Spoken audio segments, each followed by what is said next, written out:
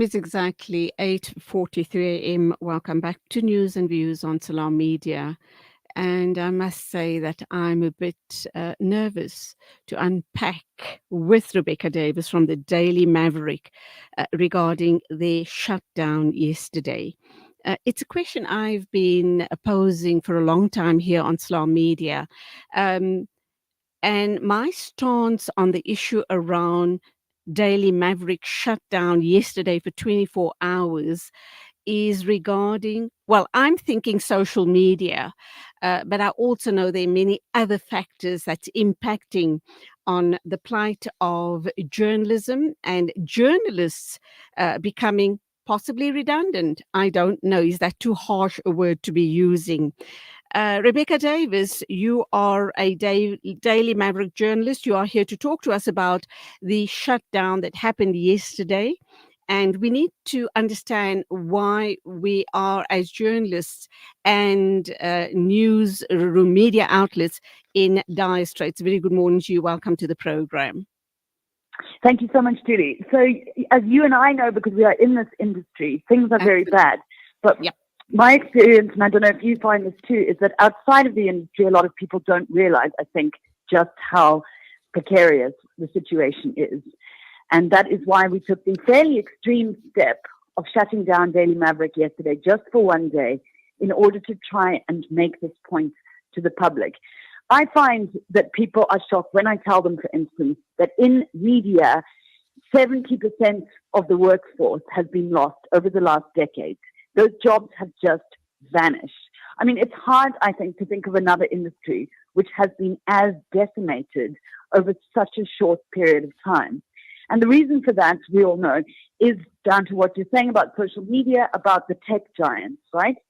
So in the past, media relied heavily on advertising, and businesses would give us advertising, and that was a very revenue stream. Now what tends to happen is that you have a business, you're going to give your advertising spend to Google or to Facebook, and we understand that because, you know, those are where the eyes are, those are where the clicks are. But the result is that there has been this incredible reduction of revenue towards media in a way that is becoming, frankly, unsustainable. And, you know, in other countries like Australia, for instance, there have been there's been this drive towards drive to convince policymakers, to convince politicians, etc., to take on Google and Facebook, to say, you don't pay tax in this country, you contribute nothing. What can you do in terms of helping out our media? Can we arrange for some kind of a revenue sharing system or something? Because the point is that without this, the media is in dire straits. Because the other thing, Julie, as we all know, is that people don't want to pay for journalism, right? Yep. There's this attitude now that everything online is free and should be free forever. The model is completely broken, and, you know, we're now so far down the line that it's hard to change people's mindsets about that, but we have to, because journalism is dying. You know what worries me about all of this, Rebecca, is all the spam, the fake news, the keyboard warriors that spurn out a lot of rubbish, and the general public consumes this. They consume it in a huge way, and then you have all of these bloggers. Not all of them are credible, and the type of following that they get. It really worries me regarding credible journalism. And then the question to be asked as well is perhaps governments need to start propping up media houses. But then again, we're going to have an issue of media being captured, and we're going to be spinning their narratives. So we're really in a very tight situation. It's between a rock and a hard place, is it not? I think that's right. And, you know, in a way there's been positive developments. You know, you have all these kind of like influencers on TikTok, whatever, and some of them are producing really interesting, good content to do with news. And, you know, we welcome these people into the space. But they're operating in a very different way. Julie, if you say something that is an outright lie on air, you're going to be taken to the Broadcasting Complaints Commission. You know, there's going to be accountability. You're going to have to pay the price for spreading this information or lies, etc. Same for me. If I do that, I'll be taken to the press ombudsman, and, you know, things will happen. There's just no accountability for the people you're talking about, these bloggers, etc., who are online, can say whatever they want. People do believe them and just operate with impunity. And that's one of the reasons why journalism is expensive, because there are checks and balances for us. And you're right when you say that one of the options is perhaps for government to come to the party. I mean, obviously, there's not a lot of money in this country in general in terms of being able to throw that around. But the other thing is, firstly, that we need these tech companies to come to the party. And secondly, frankly, that we need the public. We need the public to support us. You know, people who would think nothing about, I don't know, buying a daily coffee or whatever, would balk at the idea that they should contribute to media. The huge corporates in this country, right? They have corporate social responsibility budgets of millions and millions of rands. And they often do great stuff with that budget, but they never give it to media. And our point is that if you want your business to survive as a big corporate, you need a certain kind of environment. You need a democracy. You need a functioning press holding politicians accountable. Please, can you help us to help you? Because your business cannot thrive if the media dies. There will be no one to do oversight of politicians. There will be no one to make sure that the conditions are right in order for you to make the profit you need. Help us.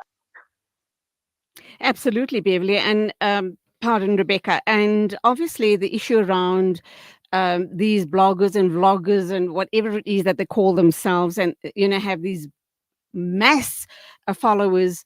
You need to question not all of them, but some of them, their credibility, and most of them want to be overnight celebrities, and that's their ultimate goal, is it not? Whereas when you take Daily Maverick and such media houses, we do know that you're going to get absolutely credible pieces coming out there, credible journalism, stories that have been well researched, and of course, well referenced, and before the story does get put out into the general public. What I Yeah. also worry about, what I also worry about is that we seem to have created a nation of sensationalists. People seem to thrive on sensationalism, and I think they're being fed by social media. So, yeah, this is such a tricky situation, and such a difficult situation media houses are finding themselves in.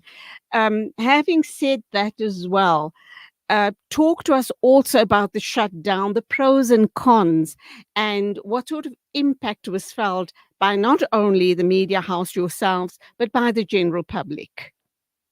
Well, some people were confused, speaking frankly, Julie, because it is a very bold move. I don't think anyone has done it in South Africa before.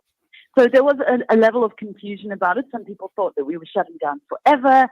There were other people who were delighted that we had shut down and said, please stay shut forever. And those people are mainly the people we have targeted, for instance, in our investigation. Absolutely. In critical reporting. But, there were other people who said this is nothing but a PR stunt, which is fine. That's an opinion. Sure, you can call it that, but it was also a campaign that is part of a project that we're launching to try and build literacy around media in this country, to try and get people to understand how media works, how the business model is failing, and to understand how they can help us support. In terms of the impact, it was incredibly positive, we think. We got, we managed to attract 1,000 new members. Daily Maverick has a membership program called Daily Maverick Insiders, where the public can sign up and for a small amount every month and support our work. We had businesses coming to the table saying, how can they support us, etc. And, that's half of it, right? That's wonderful. We do need that revenue. But the arguably more important point is the wider one, to just help people understand just how dire the situation is for journalism. And we hope that by doing that, we will benefit not just Daily Maverick, but all media, Salam Media, everyone, who is also in the same boat financially. Rebecca, as you speak, what also comes to mind is Outer. And we do know that they're also doing some sterling work in South Africa. They're shooting down corruption, bribery, etc. And they're not journalists, but also doing similar work as the Daily Maverick. What I also worry about is the issue around whistleblowers. And bringing all of these stories to the attention of the public.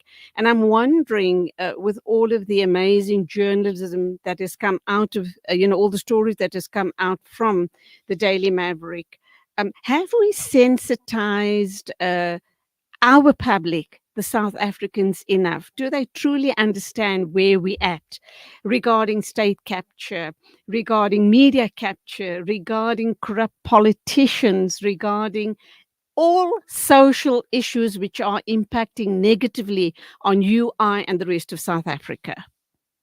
I mean, that's an interesting question, Julie, because I sometimes feel the opposite, that we've done too good a job to the point of bombarding people with this negative information to the point where they want to shut off, right? I mean, I'm sure you hear this too. People often tell me, the news is too depressing. I can't absorb it. It's just too much on top of everything else that's happening in the rest of the world as well. I want to shut off. I want to go on TikTok and watch a cat video, And I understand that. It's completely human. It is just our job to keep shining a light on the things that are happening. And I think, unfortunately, in an election year, this is really, really doubly important. We have these parties coming out with manifestos that contain like these extraordinary false claims and stuff like that. Someone has to fact check that.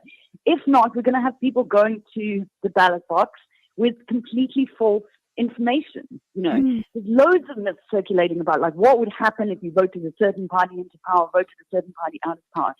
We have to have journalists who know what they're doing, who are experienced, who understand the processes of parliament and government, etc., not just influencers or whatever. We need proper journalists to be able to sift through that information and tell people what is going on, help them make informed choices, not to tell them who to vote for, of course. It's a democracy. That's not the media's role.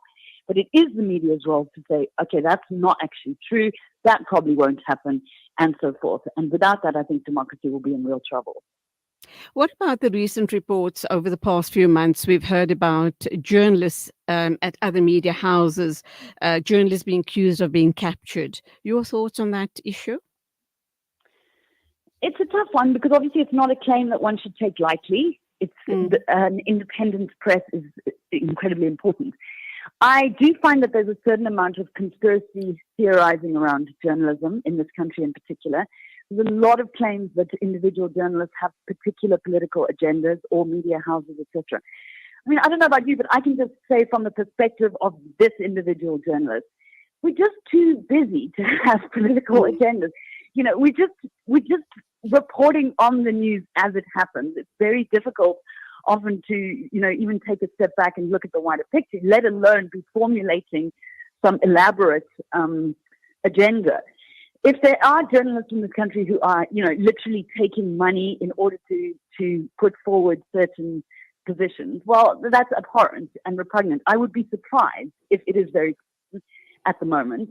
And sure, there are media outlets who are publishing quite extraordinary and sort of misleading articles.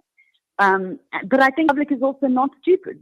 I think often it is very easy to tell what the slant is of a particular media house if it is very extreme, and there are instances in this country where it is very extreme. But for the most, I think journalists are doing their best in a situation where they are overworked and underpaid. Does that mean that the future of journalism is doomed? What do we tell young people who want to enter this industry or this profession and go out and study, get a degree in journalism, for example? It doesn't really paint a very positive picture, does it? Sure. I mean, I suppose I'm more pessimistic than most in that I actually think it would be an idea for journalism schools to cap their numbers, simply because I think it's unfair that we're producing these graduating classes of journalists who may realistically never find employment, at least as journalists. Sure, they can go on and work in PR and corporate communications, etc. That is a very negative standpoint, and I hate that I'm saying that, but it is the reality of the industry. But I also have to hope that we'll reach this kind of tipping point where people understand how much they need journalism, how much they need media, and that a kind of alternative business model can develop. So at Daily Maverick, we go the route of a membership program, which a lot of media are doing around the world. You ask people to join a membership program to contribute a certain amount every month. That's one way to do it. You have a site like News24, which has put up a paywall. And, good for them. They're doing well. They've got something like 100,000 subscribers. We feel at Daily Maverick that we never want to put up a paywall because we believe so deeply that journalism has to be accessible to everyone, not just people who can afford it. But that's another alternative model. So there are ways of doing this. We are still around, all of us. We're still here, clinging on. And I just hope that the public will come to understand that the role we play is kind of non-negotiable in a democracy. And to wrap up then, what's the way forward, or what do you see the future looking like for not only Daily Maverick, but all our media houses here in South Africa and possibly globally as well? Yeah, I mean, it's one thing if you're like a fancy legacy media brand like the New York Times or something, right, which is just backed by so much money and power, etc. For the rest of us, obviously, it's a very different story. And we are reliant a lot on the generosity of individuals, which is not somewhere you really want to be as a business, but it is the reality right now. For those of your listeners who would like to help support local media, I mean, I just implore you to do so. As I've said, Daily Maverick has a program called Daily Maverick Insiders. But by all means, don't feel you have to support Daily Maverick. Just support all media in the way that you can. Take out a subscription to News24. Buy a newspaper. If you are a business, please consider giving some of your advertising revenue to local media, to Salam Media, to Daily Maverick, not just putting it all behind Google and Facebook. And if you are a big corporate, more importantly, please consider putting some of that corporate social responsibility budget behind media projects. Rebecca Davis, Daily Maverick journalist, all the very best, not only to you, but to myself and other journalists and media houses out there. We do know things are not as great as they should be. So thank you indeed, and you go well. Thank you so much, Julie. That was Rebecca Davis from the Daily Maverick talking about the dire straits regarding media houses and journalism in South Africa. Let's hope and pray that we are able to survive. The time is exactly 9 o'clock. And of course, that means we cross over to our news correspondent with the Bulletin of the Morning.